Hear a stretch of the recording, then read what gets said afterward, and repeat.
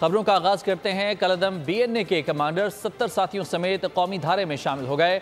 सरफराज बंगलजई ने कलअदम Balochistan national army से अलहदगी का ऐलान कर दिया। कोयटा में सूबाई वजीर इत्तलाआत जान अचकजई के साथ न्यूज़ कॉन्फ्रेंस में सरफराज बंगलजई ने कहा कि भारत से पैसे लेकर अपने ही लोगों का खून बहाया जा रहा है। अमन व इस्तेहकाम हमारी अव्वलीन तरजीह है। सरफराज बंगलजई का अपने साथियों समेत हथियार डालना पाकिस्तान और बलूचिस्तान के लिए एक खुशाइंद बात है। निगरान वज़ीर आज़म अनवारुल हक काकड़ का ट्वीट, कहा ये स्ट्रेटेजिक इक़दाम देरपा अमन को फ़रोग देगा। हम अपनी अगली नस्लों के लिए एक हमआहंग और महफूज मुस्तकबिल की राह हमवार कर रहे हैं। कानून नाफिज करने वाले इदारों और इंटेलिजेंस एजेंसियों, ख़ास तौर पर ISI की कोशिशों की तारीफ़ करता हूँ, जिन्होंने इस पेचीदा खुफिया ऑपरेशन की मनसूबाबंदी की और उसको अंजाम दिया और इसकी क़यादत की। तजियाकारों ने कलअदम BNA के कमांडर सरफराज बंगलजई की कौमी धारे में शामिल होने को अहम पेशरफ्त करार दिया। उनका कहना था कि ये इक़दाम बलूचिस्तान में पायदार अमन का ज़ामिन है। दुश्मन बलूचिस्तान का अमन तहबाला करना चाहता है। BNA के सरफराज बंगलजई ने 70 साथियों समेत कौमी धारे में शामिल होने का ऐलान किया है। इससे कबल तंजीम के साबिक सरबरा गुलजार इमाम शंबे को भी माजी करीब में गिरफ्तार करके मरकजी धारे में लाया गया था। कौन कहां से इलेक्शन में हिस्सा लेगा? नवाज शरीफ, आसिफ जरदारी, बिलावल भुट्टो, शहबाज और मरियम नवाज ने कागजात नामजदगी हासिल कर लिए। फॉर्म जमा कराने की आखिरी तारीख 22 दिसंबर है। 23 दिसंबर को इलेक्शन कमीशन उम्मीदवारों को फहरिस्त जारी करेगा। कौन कहां से इलेक्शन लड़ेगा? बड़े बड़े सियासी पहलवान अखाड़े में उतरने को तैयार। नून लीग के कायद नवाज शरीफ लाहौर के हलका 130 से इलेक्शन लड़ेंगे। साबिक वजीर आजम ने मानसहरा के हलके NA 15 से भी फॉर्म हासिल किए। शहबाज शरीफ NA 123, मरियम नवाज NA 119 से मुकाबला करेंगी। साबिक सदर आसिफ अली जरदारी ने नवाब शाह के आबाई हलके 207 से कागजात वसूल किए। चेयरमैन पीपल्स पार्टी बिलावल भुट्टो लाड़काना के हलके NA 194 से मैदान में उतरेंगे। अलीम खान कौमी और सूबाई दोनों नशिस्तों पर मुकाबला करेंगे। NA 119, PP 149 और PP 150 से फॉर्म हासिल कर लिए। MQM रहनुमा मुस्तफा कमाल ने NA 242 से फॉर्म जमा कराया। PP रहनुमा सलीम मांडवीवाला ने NA 240 से फॉर्म हासिल किए। इसी हलके से PTI के मुजम्मिल असलम भी उम्मीदवार हैं। टैक्सला NA 54 में सरवर खान और चौधरी निसार के दरमियान मुकाबला मुतवक्के है। शेख राशिद शफीक ने अपने और शेख रशीद के NA 56-57 से कागजात नामजदगी जमा करा दिए। जहांगीर तरीन की साहिबजादी मेहर खान तरीन ने NA 155 लोधरा के लिए कागजात नामजदगी वसूल किए। साबिक वजीर आला पंजाब उस्मान बुजदार PP 284 तौसा शरीफ से आजाद हैसियत में इलेक्शन लड़ेंगे। नून लीग ने राजा रियाज को फैसलाबाद से टिकट जारी कर दिया। राना सनाउल्लाह ने NA 100 से कागजात हासिल किए। आबिद शेर अली ने NA 102 से कागजात लिए। इलेक्शन कमीशन उम्मीदवारों की इब्तदाई फहरिस्त 23 दिसंबर को जारी करेगा। कागजात नामजदगी मंजूर या मुस्तरद होने पर अपील दायर करने की आखिरी तारीख 3 जनवरी 2024 है। 10 जनवरी को अपीलों पर अपीलेट अथॉरिटी के फैसलों का आखिरी रोज होगा। इलेक्शन कमीशन उम्मीदवारों की हतमी फहरिस्त 11 जनवरी को जारी करेगा। 13 जनवरी को इंतखाबी निशानात अलॉट होंगे। पोलिंग 8 फरवरी को होगी। बानी PTI 3 हलकों से इलेक्शन लड़ेंगे। बैरिस्टर अली जफर कहते हैं कि साबिक चेयरमैन मियां वाली लाहौर और इस्लामाबाद से आम इंतखाबात में हिस्सा लेंगे। PTI चेयरमैन बैरिस्टर गौहर बोले, हम 8 फरवरी को हर सूरत इलेक्शन चाहते हैं। इलेक्शन का अनाउंस हो चुका है और हम हर हालत में चाहते हैं कि 8 फरवरी को इलेक्शन हो। हम बारहा इस बात का इरादा कर चुके हैं कि election free and fair and transparent कराने के लिए लाजिम है कि पॉलिटिकल पार्टीज की उसमें शमूलियत हो। इमरान खान साहब जो हैं वो भी इतला देना चाहते हैं कि कम से कम 3 कॉन्स्टिट्यूंसी पे पाकिस्तान की वो भी कंटेस्ट करेंगे इलेक्शन। और उम्मीद है कि जो एक जजमेंट अभी जिसका जजमेंट रिजर्व है इस्लामाबाद हाई कोर्ट से तोशा खाना केस में, वो जजमेंट भी जल्द आ जाएगी कि जितने वर्कर्स हैं उनको भी डायरेक्शन दे दी गई है कि वो अपने अपने नॉमिनेशन पेपर फाइल कर दें। जहां तक कैंडिडेट्स PTI का ताल्लुक है, प्रायोरिटी यानी उसकी जो तरजीह दी जाएगी वो दी जाएगी उनको जो जेल में है, जिन्होंने अपनी सजाएं काट रहे हैं या जो बेल्स पे नहीं हैं और जिन्होंने कुर्बानियां दी हैं। इलेक्शन कमीशन ने रजिस्टर्ड 175 सियासी जमातों की फहरिस्त जारी कर दी। बड़े सियासी कायदीन के नामों पर सियासी पार्टियां रजिस्टर्ड की गई हैं। नोटिफिकेशन जारी। इंतखाबात की तैयारियां, 175 सियासी जमातें रजिस्टर्ड, इलेक्शन कमीशन की फहरिस्त जारी। मुस्लिम लीग नून सदर शहबाज शरीफ के नाम से रजिस्टर्ड। पाकिस्तान पीपल्स पार्टी चेयरमैन बिलावल भुट्टो, पाकिस्तान पीपल्स पार्टी पार्लियामेंटेरियंस सदर आसिफ अली जरदारी, जमीयत उलमा इस्लाम पाकिस्तान अमीर मौलाना फजलुर रहमान के नाम के साथ और जमात इस्लामी पाकिस्तान अमीर सिराजुल हक के नाम के साथ रजिस्टर्ड। मुत्तहदा कौमी मूवमेंट पाकिस्तान कन्वीनियर खालिद मकबूल, पाकिस्तान मुस्लिम लीग सदर चौधरी शुजात हुसैन, पाकिस्तान मुस्लिम लीग फंक्शनल सदर सिबगतुल्लाह पीर पगाड़ो और इस्तेहकाम पाकिस्तान तहरीक सदर अलीम खान के नाम के साथ रजिस्टर्ड। अवामी मुस्लिम लीग पाकिस्तान सदर शेख रशीद अहमद, अवामी नेशनल पार्टी सदर असफंदियार वली खान और बलूचिस्तान नेशनल पार्टी सदर अख्तर मैंगल के नाम के साथ रजिस्टर्ड। पाकिस्तान तहरीक इस्लाहत को पाकिस्तान तहरीक इंसाफ पार्लियामेंटेरियन का नाम दे दिया गया। चेयरमैन परवेज खटक होंगे। रजिस्टर्ड जमातों में पाकिस्तान तहरीक इंसाफ का नाम साबिक पार्टी चेयरमैन के साथ शामिल। इलेक्शन कमीशन ने सियासी जमातों, उम्मीदवारों और एजेंट्स के लिए ज़ाब्ता अखलाक जारी कर दिया, जिसके मुताबिक उम्मीदवार नजरिया पाकिस्तान, खुद मुख्तारी और सलामती के खिलाफ कोई इजहार नहीं करेंगे। ऐसा अमल न करें जिससे अदलिया अफवाज की शोहरत को नुकसान पहुँचने का अंदेशा हो। सियासी जमातें अपने इंतखाबी अमल में शिरकत के लिए मसावी मौक़े फराहम करेंगी। उम्मीदवारों का इंतखाब करते हुए ख़वातीन की 5% नुमाइंदगी यकीनी बनाएं। सियासी जमातें दस्तूर में पाकिस्तानी अवाम के हुकूक आज़ादी को सरबुलंद रखेंगी। इंतखाबी उम्मीदवार कानून नाफिज करने वाले इदारों के साथ मुकम्मल ताउन करेंगे। कागजात नामजदगी के लिए 3 रोज़ कम हैं, वक्त बढ़ाया जाए। JUI और MQM ने चीफ इलेक्शन कमिश्नर के खतूत लिख दिए। कामरान मुर्तज़ा का कहना था कि इंतखाबी शेड्यूल में तरमीम की जाए। खालिद मकबूल सिद्दीकी ने लिखा कि कागजात नामजदगी के लिए फॉर्मेलिटीज़ की तवील फहरिस्त है, तारीख में तोसी होनी चाहिए। इंतखाबी शेड्यूल में तरमीम का मुतालबा। JUI और MQM पाकिस्तान मैदान में, इलेक्शन कमीशन को चिट्ठियाँ लिख दी। जमीयत उलमा इस्लाम का कागजात नामजदगी वसूली के दिन बढ़ाने का मुतालबा। सेनेटर कामरान मुर्तज़ा ने चीफ इलेक्शन कमिश्नर के नाम खत में लिखा, कागजात नामजदगी की वसूली के लिए 3 दिन का इजाफा किया जाए। स्क्रूटनी का वक्त 7 से कम करके 4 दिन किया जा सकता है। वक्त कम करने से पोलिंग 8 फरवरी को कराना मुमकिन होगा। मुत्तहदा कन्वीनर खालिद मकबूल सिद्दीकी ने लिखा कि आज़ादी नामजदगी के लिए 20 से 22 दिसंबर का वक्त बहुत कम है। फॉर्मेलिटीज़ की एक तवील फहरिस्त है। इलेक्शन कमीशन से दरख्वास्त है कि कागजात नामजदगी जमा कराने की तारीख में तोसी की जाए। आम इंतखाबात चाहते हैं, इलेक्शन कमीशन पुरएतमाद है। इलेक्शन कमीशन को तनकीद का निशाना बनाना रिवाज बनता जा रहा है। लीगी रहनुमा आता तारर की मीडिया से गुफ्तगू कहा, आम इंतखाबात मुकर्ररा वक्त पर होंगे। हल्का बंदियों पर हमारी सिफारिशात सुन ली जाती तो अच्छा होता। आम इंतखाबात के लिए इलेक्शन कमीशन ने तमाम जमातों को बुलाया। खुद काम सही नहीं करते और इल्ज़ाम इलेक्शन कमीशन पर लगाते हैं।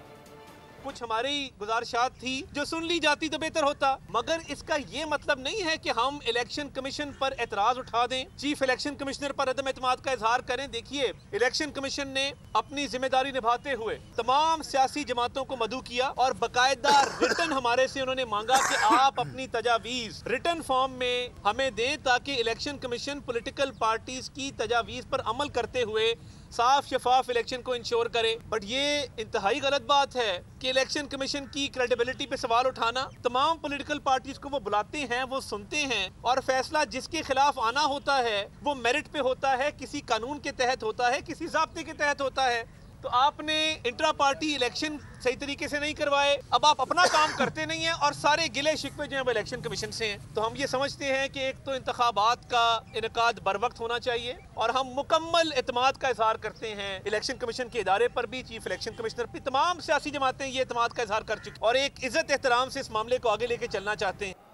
अगर इस वक्त हल्का बंदी का मामला देखा तो मुकदमेबाजी का सैलाब उमड़ आएगा, जिससे इंतखाबी शेड्यूल मुतासर होगा। सियासी कारकुनान और वोटर्स के बुनियादी हुकूक मुतासर होंगे और हम इंतखाबात में ताख़ीर नहीं चाहते। सुप्रीम कोर्ट ने हल्का बंदियों से मुताल्लिक केस का तहरीरी फैसला जारी कर दिया। मज़ीद तफसीलात इस रिपोर्ट में। सुप्रीम कोर्ट इलेक्शन वक्त पर कराने के लिए पुरअज़्म, हल्का बंदियों के खिलाफ समाअत से इनकार। सुप्रीम कोर्ट ने आम इंतखाबात केस का 6 सफ़हात पर मुश्तमिल तहरीरी हुक्मनामा जारी कर दिया। फैसले में कहा, लाहौर हाईकोर्ट ने बेक जुम्बिश कलम इंतखाबी अमल को डीरेल कर दिया। हाईकोर्ट का फैसला मुअत्तल किया जाता है। हुक्मनामे में कहा, सुप्रीम कोर्ट का हुक्म वाज़ेह था, कोई भी जमहूरी अमल में खलल नहीं डालेगा। बैरिस्टर उमैर नियाजी ने बज़ाहिर जमहूरी अमल डीरेल करने की कोशिश की, क्यों ना इनके खिलाफ तौहीन अदालत की कार्रवाई की जाए। हुक्मनामे में ये भी कहा गया है DROs और ROs को खास तौर पर इंतखाबात के लिए तैनात नहीं किया गया। तैनात किए गए अफसरान पहले से ही बतौर इंतजामी अफसर फराइज अंजाम दे रहे हैं। इंतखाबात के लिए तैयारियां तेज। जिला पेशावर के लिए तैनात होने वाले रिटर्निंग अफसरान से डिस्ट्रिक्ट रिटर्निंग ऑफिसर ने पुरअमन और शफाफ इंतखाबात कराने का हल्फ लिया है। DRO पेशावर आफाक वजीर कहते हैं कि पेशावर में इंतखाबात के लिए सिक्योरिटी समेत तमाम तैयारियां मुकम्मल हैं। बोल न्यूज़ के नुमाइंदे आसिफ शहजाद इस वक्त DRO के साथ मौजूद हैं, उनसे बात कर लेते हैं। आसिफ, बताइएगा।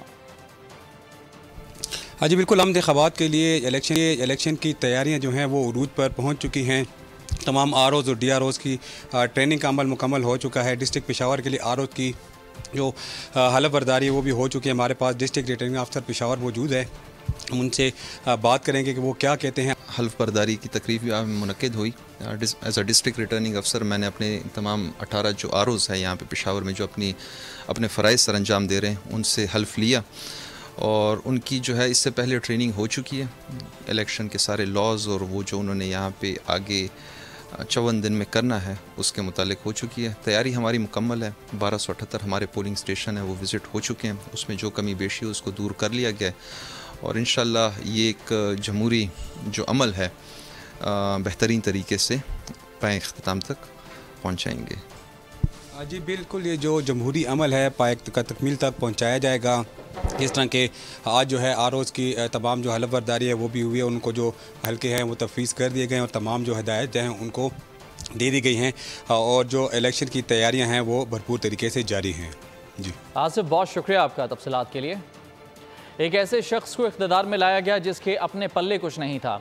इस शख्स के आने से महंगाई बढ़ गई, अब हम किस से गिला करें। नवाज शरीफ का पार्टी रहनुमाओं से खिताब, कहा आज दूध का दूध और पानी का पानी हो रहा है। इलेक्शन की तैयारियां पूरी हैं, जाली केसेस में 150 पेशियां भुगती।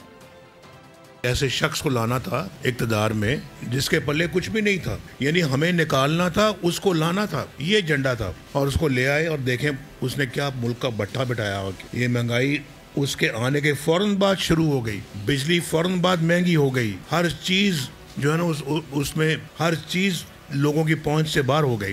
ये सारा कुछ उसके दौर में हुआ है। 4 दिन तरक्की के बाद फिर 10 दिन हम फिर पीछे चले जाते हैं, एक स्टेप आगे लेते हैं, 4 स्टेप पीछे चले जाते हैं। अब किससे कोई गिला करे। जो दूध का दूध और पानी का पानी हो रहा है, जाली केसेस जो बने थे उन खत्म हो गए हैं। इन्हीं जाली केसेस में मैंने मरियम ने 150 के करीब पेशियां भुगती और सजा पाई, झूठे केसेस में सजा पाई और वही सजाएं जो है आज हाई कोर्ट में उन्होंने कहा जी कि इसका तो कोई सबूत ही नहीं है, कोई एविडेंस ही नहीं है, तो उठा के बाहर फेंका इन केसेस। इत्तफाक हो गया कि जिस पार्टी का जहां असर रसूख होगा इत्तेहादी जमातें सपोर्ट करेंगी।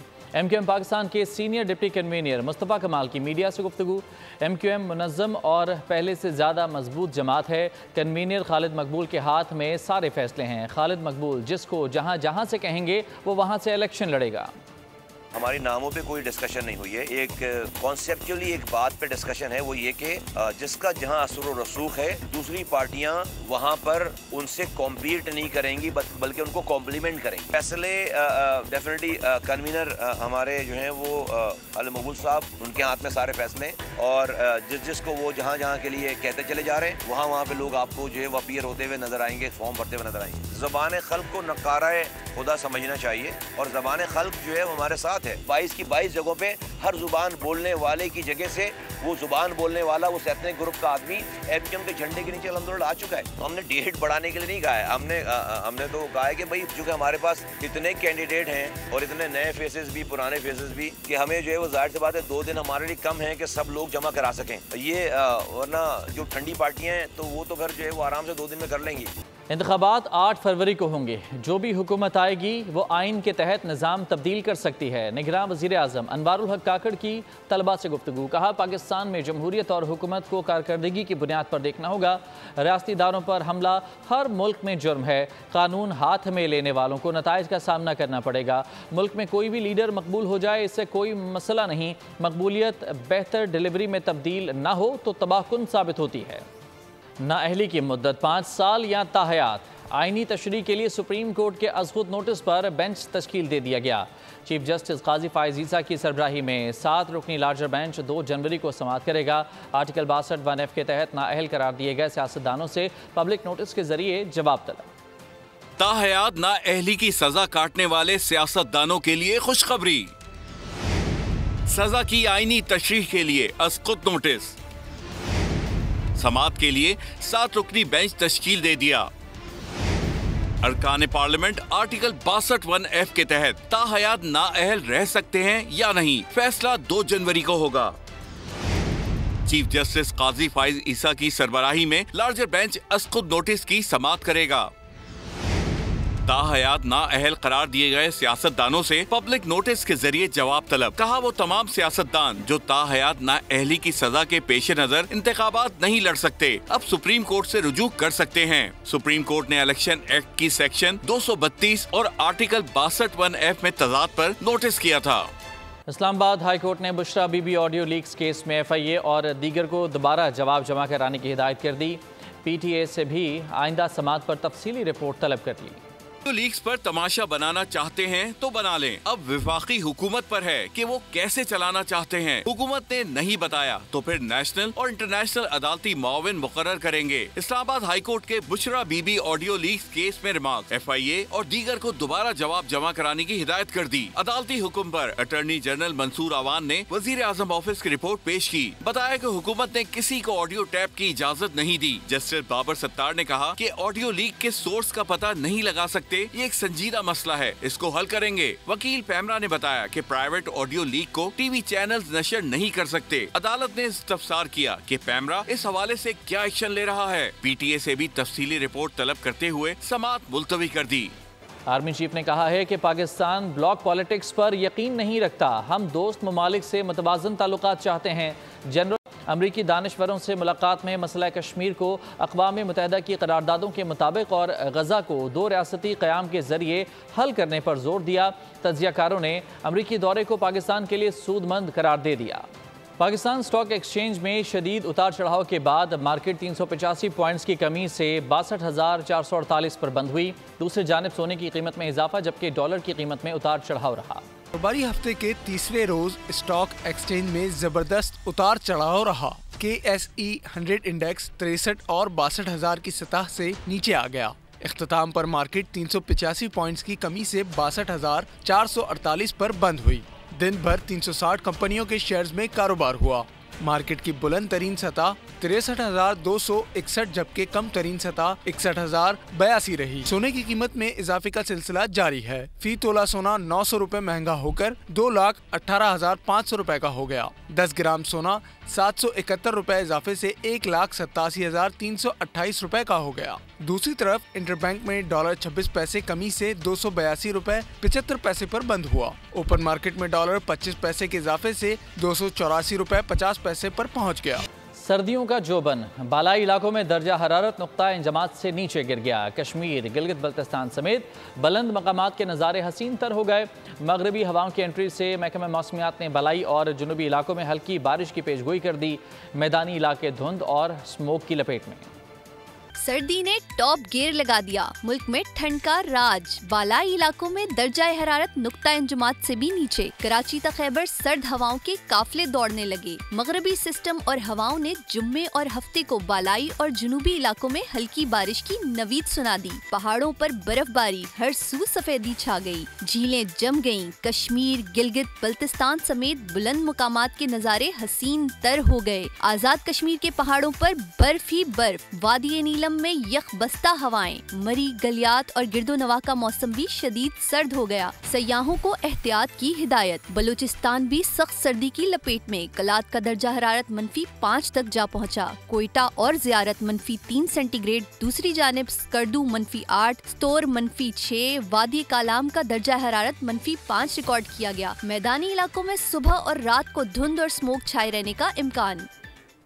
नेस्ले का पाकिस्तान में काबिल तजदीद तवानाई में 2 बिलियन रुपए की सरमायाकारी का अज़्म। पाकिस्तान में स्विट्ज़रलैंड के सफ़ीर ग्योरिग स्टाइनर ने कबीरवाला में नेस्ले पाकिस्तान के 2.5 मेगावाट के सोलर प्लांट का इफ्तिताह किया। ग्योरिग स्टाइनर के मुताबिक प्लांट 4.8 एकड़ पर फैला हुआ है और 480 मिलियन रुपए की सरमायाकारी से मुकम्मल किया गया है, जिसका मकसद सालाना 1800 टन ग्रीन हाउस के गैस के अखराज को कम करना है।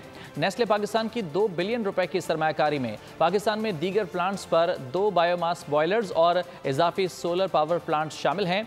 ये कदम ग्रीन हाउस गैस के अखराज को कम करने की कोशिशों का हिस्सा है। गेओरिग स्टाइनर ने बताया कि 2050 तक कार्बन के अखराज को 0 पर लाना है।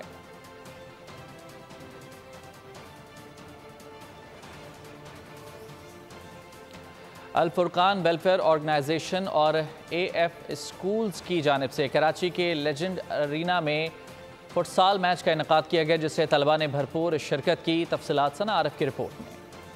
अल फुरकान वेलफेयर ऑर्गेनाइजेशन की जानिब से AF स्कूल्स के बच्चों और उनकी तालीम के लिए फंड रेजिंग फुटसॉल इवेंट मुनक्किद किया गया। फुटसॉल मैच में बच्चों ने भरपूर हिस्सा लिया और शानदार मुकाबले को हाजरीन ने भी खूब एंजॉय किया। मेहमान खुसूसी Mohammad Hanif Khan district governor Rotary ने अल फुरकान वेलफेयर ऑर्गेनाइजेशन के इकदामात की तारीफ की। मेरी ख्वाहिश है और मेरी कोशिश है कि हम बकिया जितने स्कूल हमने अडॉप्ट किए on behalf of rotary international, हम उनको भी इसी तरह की एजुकेशन उन बच्चों को प्रोवाइड कर सके। Special adviser district governor Rotary Durdana Arshad ने भी अल फुरकान वेलफेयर के मिशन को खूब सराहा। अल फुरकान के क्योंकि मेरे काफ़ी लिंक रहा है इनके साथ, इनके मैंने कुछ इवेंट्स स्कूलों के अटेंड किए हुए हैं, तो आई एम मोस्ट इम्प्रेस्ड। बहुत मेहनत से टीचर्स पढ़ा रही हैं। पहले खवातीन फुटबॉल और फुटसॉल क्लब की फाउंडर सादिया शेख ने भी अल फुरकान के लिए नेक तमन्नाओं का इजहार किया। आई एम अस्टाउंडेड कि इतना ज़बरदस्त इवेंट अल फुरकान वाले करवा रहे हैं, जिसमें आप देखें हज़ारों की तादाद में लोग आए हुए हैं और सबसे बड़ी बात हर बच्चा एंजॉय कर रहा है। शहनाज रमजी ने अल फुरकान वेलफेयर ऑर्गेनाइजेशन की तमाम तर कोशिशों की खूब तारीफ की। हम लोग जो है वो अल फुरकान को बहुत ज़्यादा सपोर्ट करते हैं।